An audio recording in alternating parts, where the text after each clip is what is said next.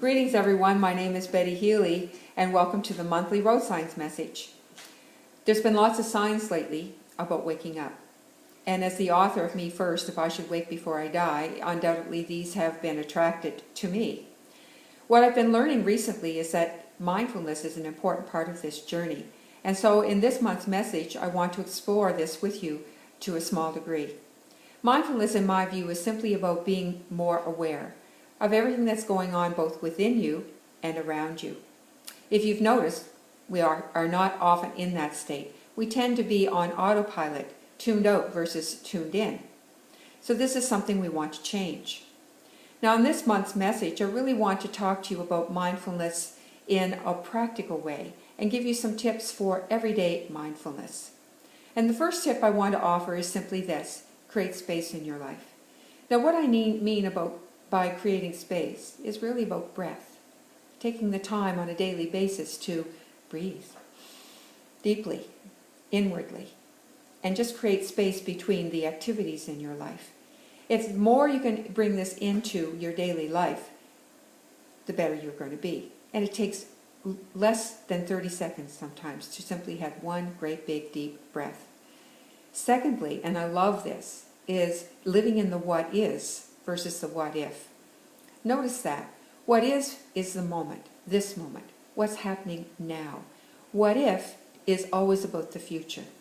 And of course that's where fear and worry lives. And if you really notice, fear and worry don't really live in the now. Not if you stay really truly present to what's going on around you. The third point is being compassionately curious.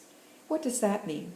Well, that really means that when you feel yourself being pulled into judgment of yourself or others, pulling back out and simply asking yourself, what is going on in this moment? What's the trigger? What am I feeling? What's fueling this judgment? And what if I were to be compassionately curious about this situation? What would shift or change? My fourth point, this is a big one, is living your life being really fed by your self-coach, not your self-critic. So asking yourself, what choir is singing in my ear? What's on that elevator music? This is where we have to consciously communicate with ourselves and really, really tune in to what is singing, because most times we're not aware. And we may be feeding ourselves a diet which is pulling us down versus lifting us up. And we can change that. Next, my fifth point is about creating time every day for either meditation, reflection, or prayer, some activity which really brings you to a calm inner place, where perhaps you can examine all the issues I've already talked about, where you can connect with your inner coach, where you can be in the what is. But unless you create this space, it's very difficult. In Me First, we recommend 1% of your day. That equals 14.4 minutes. Not a large chunk of time, but a very important amount of time. And finally, reconnecting with nature.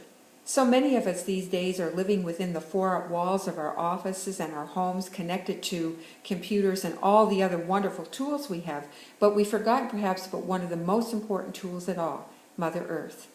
Recently on an interview on CBC Radio, I heard two people interviewed about NDS, are you ready? Nature Deprivation Syndrome. Yeah, we do need to get out there and listen to the birds sing, the bees buzz, and watch the flowers bloom. So all that to say, ladies and gentlemen and my viewers, there are very simple tips that you can do to bring mindfulness into your everyday life, and we hope that you do that. For more information on this subject, tune in to us at www.roadsigns.ca. Until next time.